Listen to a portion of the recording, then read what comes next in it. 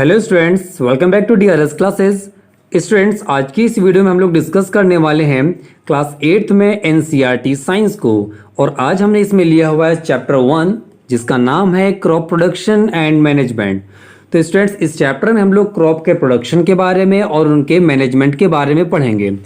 Students, जिस समय हम इंग्लिश पढ़ रहे हो उस समय आप लोग ध्यान से सुनिएगा। तो जिन बच्चों को इंग्लिश पढ़ना नहीं आता या कम आता है या अगर आता भी है तो किसी वर्ड को गलत तरीके से प्रोनाउंशिएट करते हैं तो वो बच्चे और ध्यान से सुनेंगे जिससे कि उन लोगों का प्रोनाउंसिएशन भी सुधर जाएगा। तो चैप्टर का नाम क्या है भाई? Crop production and management.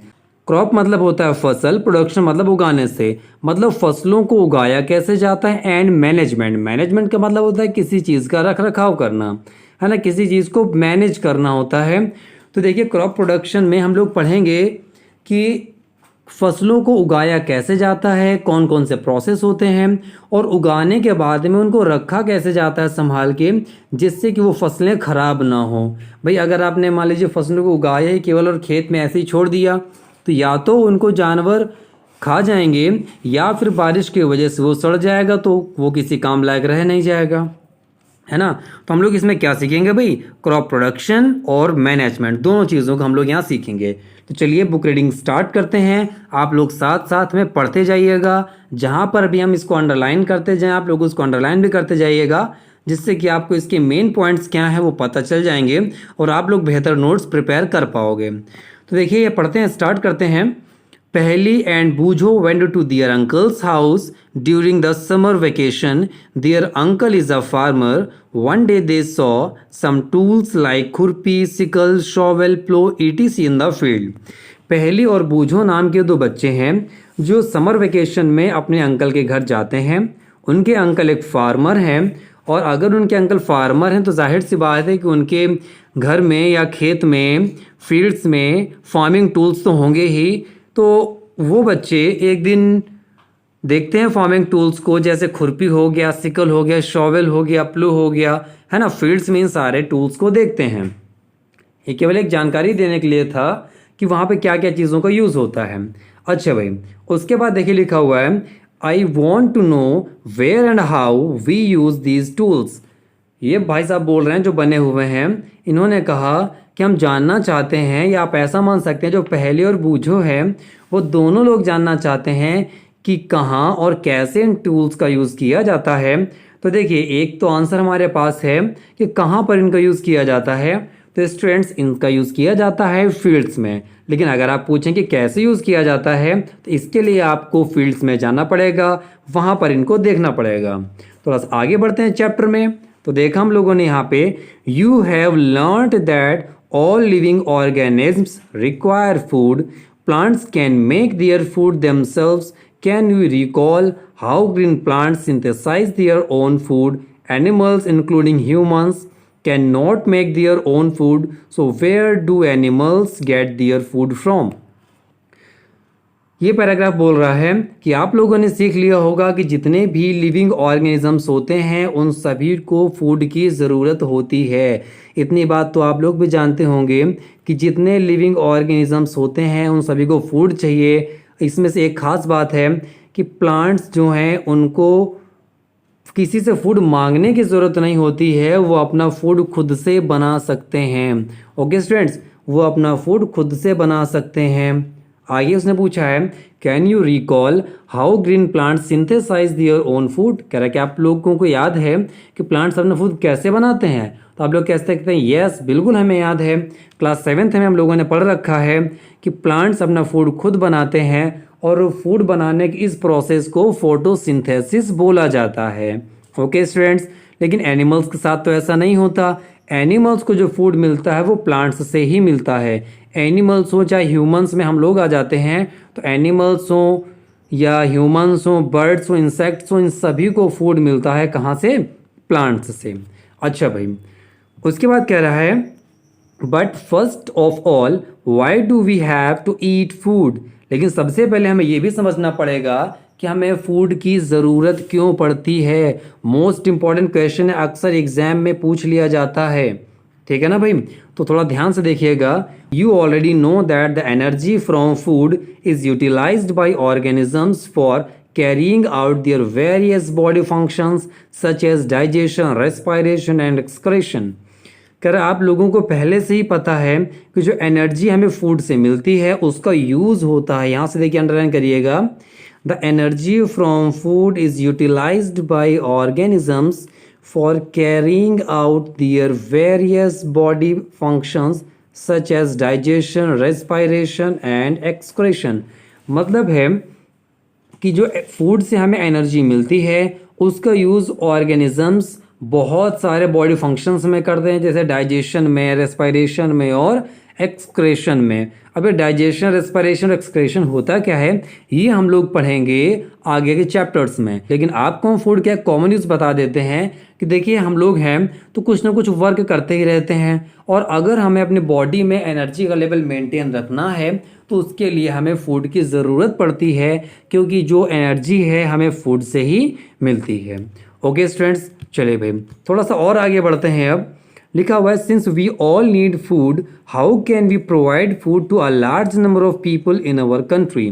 कह रहा है क्योंकि हम सभी को फूड की ज़रूरत पड़ती है तो हम लोग अपनी कंट्री में इतने ढेर सारे लोगों को फूड कैसे प्रोवाइड करवा पाते हैं ये हमें समझना पड़ेगा। तो कह रहा है food has to be produced on a large scale. तो यहाँ पर एक लड़की है जिसने, आप उसको आप मान सकते हैं कि वो पहली है, और उसने कहा कि जो फूड है और उसको लार्ज स्केल पे प्रोड्यूस किया जाता है। लार्ज स्केल मतलब बहुत ज़्यादा, आपने देखा होगा बहुत दूर दूर तक खेत फैले होते हैं और उन्हीं में से उन फूड ग्रेन्स को ग्रो किया जाता है। इसके बाद कह रहा है in order to provide food for a large population, और इतनी बड़ी पॉपुलेशन को फूड प्रोवाइड कराने के लिए, कितनी बड़ी भाई, अगर हम केवल इंडिया की बात करें तो इंडिया की पॉपुलेशन 137 करोड़ है, और सोचिए इतने ढेर सारे लोगों को, इतने ज़्यादा लोगों को फूड कैसे प्रोवाइड किया जा सकता है। तो उसके लिए 3 मेजर वर्क किए जाते हैं, और वो हैं कौन कौन से। पहला होता है रेगुलर प्रोडक्शन। रेगुलर प्रोडक्शन का मतलब होता है लगातार जो ये क्रॉप्स होती है उनको ग्रो कराया जाता है, क्रॉप्स को प्रोड्यूस किया जाता है। भाई मान लीजिए इस साल आपने गेहूं को पैदा किया या गेहूं उगाया, और अगले 2-3 सालों तक अगर आपने गेहूं को नहीं उगाया तो वो तो गेहूं ख़त्म हो गया भाई। अब कहाँ से अचानक आ जाएगा भाई, ऐसा तो है नहीं कि आज आपने उगाने का प्रोसेस स्टार्ट किया और कल वो तैयार हो गया, ऐसा तो होने वाला है नहीं। तो रेगुलर प्रोडक्शन चाहिए होता है। फर्स्ट पॉइंट है रेगुलर प्रोडक्शन, कंटिन्यू उसको प्रोड्यूस करना पड़ेगा। दूसरा इंपॉर्टेंट पॉइंट होता है इसमें प्रॉपर मैनेजमेंट। क्या होता है भाई, प्रॉपर मैनेजमेंट होता है, आपको सही ढंग से उसको रखना भी पड़ेगा। अगर सही ढंग से नहीं रखा, उगा ही लिया था बहुत ज़्यादा और वो बाद में सड़ गया या जानवर खा गया, कुछ ऐसे वेस्ट हो गया, कीड़े लगने की वजह से गड़बड़ हो गया, तो फिर आप कैसे उसका यूज़ कर पाएंगे। और तीसरा जो इम्पॉर्टेंट फैक्ट है वो क्या है भाई, distribution of food is necessary. मतलब उसको डिस्ट्रीब्यूट भी करना है। मान लीजिए आपने उगा भी खूब लिया, सही से रखे भी हैं, लेकिन अगर किसी को डिस्ट्रीब्यूट नहीं किया तो किसी मतलब का नहीं रहने वाला। ओके, इतना समझ गया भाई। चलिए इसके बाद देखते हैं, अब उसने बताया एग्रीकल्चरल प्रैक्टिसेस। एग्रीकल्चरल प्रैक्टिसेस से मतलब है खेती किसानी में हम लोग क्या क्या करते हैं वो अब हम लोग इसमें डिस्कस करेंगे। तो जो हम अंडरलाइन करते जा रहे हैं स्टूडेंट्स, आप भी उसको अंडरलाइन ज़रूर करते जाइएगा। जैसे कि उसने कहा है यहाँ पे, when plants of the same kind are grown, underline करिए, when plants of the same kind are grown and cultivated at one place on a large scale it is called a crop. मतलब हुआ जब same kind के plants को grow किया जाता है and cultivate किया जाता है एक ही प्लेस पर लार्ज स्केल में, तो उसको क्या बोलते हैं भाई, क्रॉप। या क्रॉप की डेफिनेशन कई बार एग्जाम में पूछी जा चुकी है। तो क्रॉप में क्या बताएंगे, जब एक ही प्रकार के प्लांट्स को बहुत ज़्यादा क्वांटिटी में एक ही प्लेस पर ग्रो कराया जाता है तो उनको बोलते हैं क्रॉप। फॉर एग्जाम्पल, एग्जाम्पल के लिए एग्जाम्पल्स अंडरलाइन करिएगा। एग्जाम्पल्स के लिए जैसे वीट हो गया, wheat means that all the plants grown in a field are that of wheat. Crop का मतलब अगर हम लोग वीट क्रॉप की बात करें तो एक कोई खेत होगा, वहाँ पर केवल और केवल गेहूं की ही फसल उगाई जाएगी, गेहूं को ही ग्रो कराया जाएगा। बात समझ में आ गई कि नहीं आ गई भाई? चलिए भाई, उसके बाद में क्या है, You already know that crops are of different types like cereals, vegetables and fruits. अच्छा, क्रॉप्स तो बहुत टाइप की होती हैं, जैसे सेरल्स। अगर हम केवल सेरल्स की बात करें तो सेरल्स में आ जाता है आपका वीट और राइस। वेजिटेबल्स तो वेजिटेबल्स आप जानते ही हैं, फ्रूट्स भी आप जानते हैं। कुछ बच्चों को तो आज ही पता चल रहा होगा कि वेजिटेबल्स और फ्रूट्स भी क्रॉप्स होते हैं, है ना? तो क्रॉप्स होते हैं, आप लोग समझ भी गए होंगे। फिर कह रहा है these can be classified on the basis of the season in which they grow. मतलब जो क्रॉप्स होती हैं उनको क्लासीफाई किया जा सकता है, डिफरेंट काइंड्स हो सकते हैं, लेकिन कौन से बेस पे? सीजन के बेस पे। ठीक है ना? अभी हम लोग आगे पढ़ने वाले हैं कि सीजन के बेस पे कैसे क्रॉप्स को हम लोग क्लासीफाई कर सकते हैं। तो आगे उसने बताया India is a vast country. The climatic conditions like temperature, humidity and rainfall vary from one region to another. उसने यहाँ पे एक बहुत इंपॉर्टेंट बात बता दी कि इंडिया एक वास्ट कंट्री है, इंडिया बहुत बड़ा देश है और यहाँ की जो क्लाइमेटिक कंडीशंस भी हैं वो अलग अलग जगहों पर अलग अलग होती रहती हैं। ये अंडरलाइन करेंगे मेरे साथ में। The climatic conditions like temperature, humidity and rainfall vary from one region to another. मतलब है कि जो क्लाइमेटिक कंडीशन होती हैं, क्लाइमेट की जो कंडीशन जैसे टेम्परेचर हो गया, ह्यूमिडिटी हो गया या रेनफॉल बारिश हो गई, ये एक प्लेस पे से अदर प्लेस पे चेंज होती रहती हैं। जैसे अगर आप राजस्थान साइड जाएंगे तो वहाँ पर बारिश बहुत कम होती है। कुछ जगह ऐसी हैं, मासिन राम वगैरह, जहाँ पर बहुत ज़्यादा बारिश होती है। अब सोचिए जैसे कि धान की फसल होती है, पैडी की क्रॉप होती है, इसको बहुत ज़्यादा पानी चाहिए, तो क्या इसको राजस्थान साइड में ग्रो कराया जा सकता है? तो उस साइड पे इसको ग्रो कराना थोड़ा सा मुश्किल तो ज़रूर होगा, क्योंकि इतना ज़्यादा लार्ज स्केल में वाटर वहाँ पर अवेलेबल नहीं है। ओके स्टूडेंट्स, इतना अंडरलाइन कर लिया। उम्मीद करते हैं आपको समझ में भी आ गया होगा। तो जिन बच्चों को अगर समझ में आ गया तो वो कमेंट करके ज़रूर बताएंगे कि नहीं सर समझ में आ गया। जिनको नहीं भी समझ में आया है वो भी बताएंगे, जिससे कि हम लोग नेक्स्ट टाइम और बेहतर तरीके से इसको एक्सप्लेन कर सकें। आगे वो कह रहा है accordingly there is a rich variety of crops grown in different parts of the country. और जब देखिए हमारे कंट्री की जो क्लाइमेटिक कंडीशंस हैं चेंज होती रहती हैं, तो इसका मतलब है कि हम लोग समय समय पर डिफरेंट टाइप्स के क्रॉप्स को ग्रो करते रहे होंगे, है ना? जब बारिश आ जाएगी तो वहाँ पर कुछ और फसल ग्रो करेंगे, गर्मी के सीजन में कोई और फसल ग्रो होगी, है ना? तो इस टाइप से ये चीज़ें चेंज होती रहती हैं। अच्छा भाई, फिर नेक्स्ट कह रहा है despite this diversity two broad cropping patterns can be identified. उसने कहा इन डाइवर्सिटी के बावजूद, despite this diversity two broad cropping patterns can be identified. कर इतनी डाइवर्सिटी है क्लाइमेट में, उसके बावजूद टू टाइप्स के क्रॉपिंग पैटर्न्स को फॉलो किया जाता है, उसको पहचाना गया है। फर्स्ट कौन सा है भाई? फर्स्ट होता है खरीफ क्रॉप और दूसरा होता है रबी क्रॉप। पढ़ते हैं खरीफ क्रॉप्स किनको बोलते हैं, तो है यहाँ पे अंडरलाइन करते जाएंगे स्टूडेंट साथ में। The crops which are sown in the rainy season are called kharif crops. मतलब है जो बारिश के मौसम में फसलें ग्रो कराई जाती हैं, क्रॉप्स ग्रो कराई जाती हैं, क्रॉप्स सो करी जाती, सो मतलब बोई जाती हैं, उनको बोला जाता है खरीफ क्रॉप्स। क्या बोलते हैं भाई? खरीफ क्रॉप्स। अच्छा, एक बात तो आप लोग कंफर्म जानते होंगे, क्या?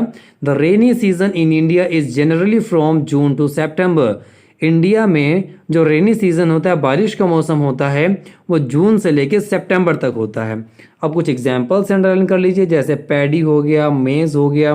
पैडी जानते होंगे धान को बोलते हैं, सोयाबीन हो गया, ग्राउंडनट हो गया और कॉटन हो गया। ये सभी के सभी खरीफ क्रॉप्स के एग्जाम्पल्स हैं। तो खरीफ क्रॉप्स में हम लोगों ने क्या समझा? ऐसी क्रॉप्स जिनको रेनी सीजन में ग्रो कराया जाता है उनको बोलते हैं खरीफ क्रॉप। और रेनी सीजन इंडिया में जून से लेकर सितंबर तक होता है और इनके एग्जाम्पल्स होते हैं पैडी, मेज, सोयाबीन, ग्राउंडनट, कॉटन और बहुत सारे होते हैं। अब पढ़ेंगे स्टूडेंट्स हम लोग रबी क्रॉप्स को। तो रबी क्रॉप्स क्या होते हैं उनको भी देखते हैं। तो उसने कहा the crops grown in the winter season are called rabi crops. मतलब है ऐसी क्रॉप्स जिनको हम लोग विंटर सीजन में ग्रो कराते हैं, विंटर सीजन में सो करते हैं, बोते हैं, उनको बोला जाता है रबी क्रॉप्स। और इंडिया पे जो विंटर सीजन है वो कब से कब तक रहते हैं भाई? अक्टूबर से लेके मार्च तक, है ना। तो अगर आप देखें तो अक्टूबर से लेके मार्च के बीच में गेहूं बोया जाता है इंडिया पे। क्या बोया जाता है भाई? ज़्यादातर गेहूं। अच्छा, एग्जाम्पल्स क्या हैं इनके? तो examples of rabi crops are wheat, gram, pea, mustard and linseed. ये इसके एग्जाम्पल्स हो गए। इनमें ज़्यादातर चीज़ें आप लोग जानते भी होंगे।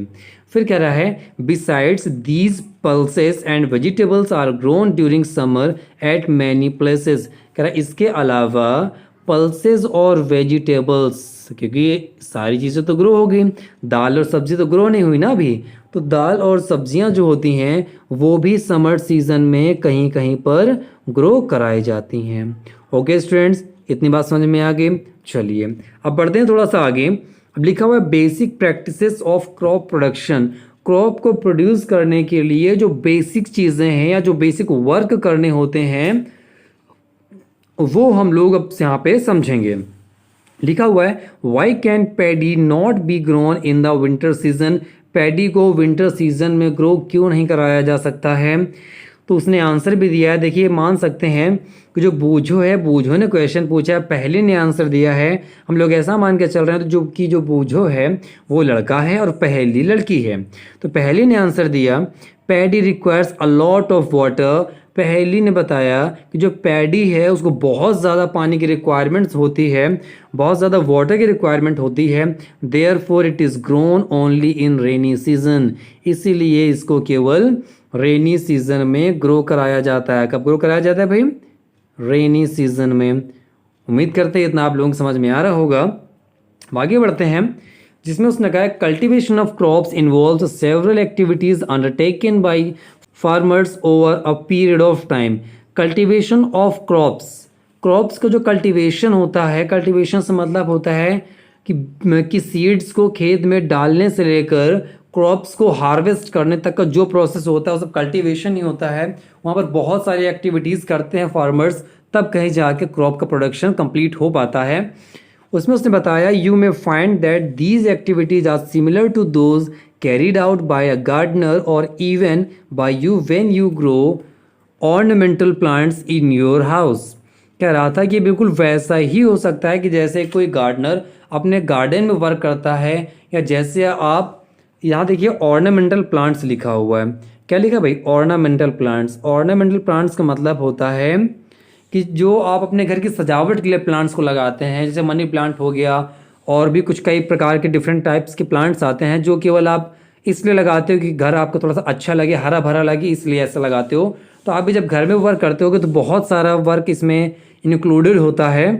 तो वैसे ही जो किसान होते हैं, फार्मर्स होते हैं, वो भी क्रॉप्स को ग्रो कराते हैं। फिर लिखा हुआ है दीज एक्टिविटीज और टास्क आर रिफर्ड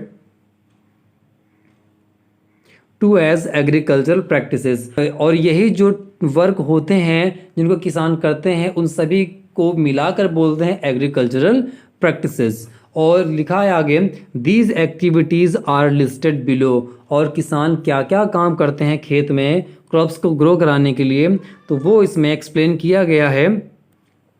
फर्स्ट उसमें प्रिपरेशन ऑफ सॉइल, मिट्टी को तैयार करना। मिट्टी को तैयार करने से मतलब है प्लोइंग। सबसे पहले काम होता है खेत को जोतना। आपने देखा होगा किसान लोग पहले के टाइम पे बैलों से या अब के टाइम पे ट्रैक्टर से खेतों को जोतते हैं, जिससे कि जो मिट्टी है उसकी टाइटनेस कम हो जाए।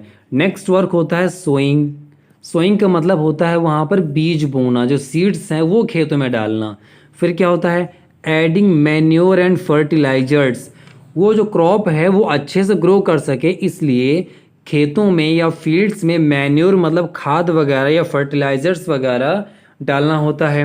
इरिगेशन, इरिगेशन मतलब होता है सिंचाई। सिंचाई मतलब होता है प्लांट्स को वाटर प्रोवाइड करना। फिर प्रोटेक्टिंग फ्रॉम वीड्स, वीड्स से उसको प्रोटेक्ट करना, ठीक है। फिर होता है हार्वेस्टिंग। हार्वेस्टिंग मतलब होता है फसल को काटना। देन होता है स्टोरेज, फिर उसको स्टोर करके रखना। तो ये 7 स्टेप्स हैं जो किसी भी फार्मर को फॉलो करने होते हैं। कौन कौन से भाई? Preparation of soil, sowing, adding manure and fertilisers, irrigation, protecting from weeds, harvesting and storage. Students, आज की वीडियो में बस इतना ही डिस्कस करेंगे। बाकी जो टॉपिक होगा या आगे का जो चैप्टर है उसको डिस्कस करेंगे नेक्स्ट वीडियो में, क्योंकि वीडियो ज़्यादा लंबा भी नहीं करना चाहते। आप लोग वीडियो को मन लगा कर देखिएगा, अच्छे से समझिएगा, जिससे कि आपको सारी चीज़ें क्लियर हो जाएं। तो मिलते हैं नेक्स्ट वीडियो में अगले कुछ टॉपिक के साथ में। तब तक बने रहिए डीआरएस क्लासेस के साथ में। और अगर वीडियो पसंद आए तो वीडियो को लाइक और शेयर करना मत भूलिएगा, और चैनल पर नए हैं तो चैनल को सब्सक्राइब ज़रूर कर लीजिएगा।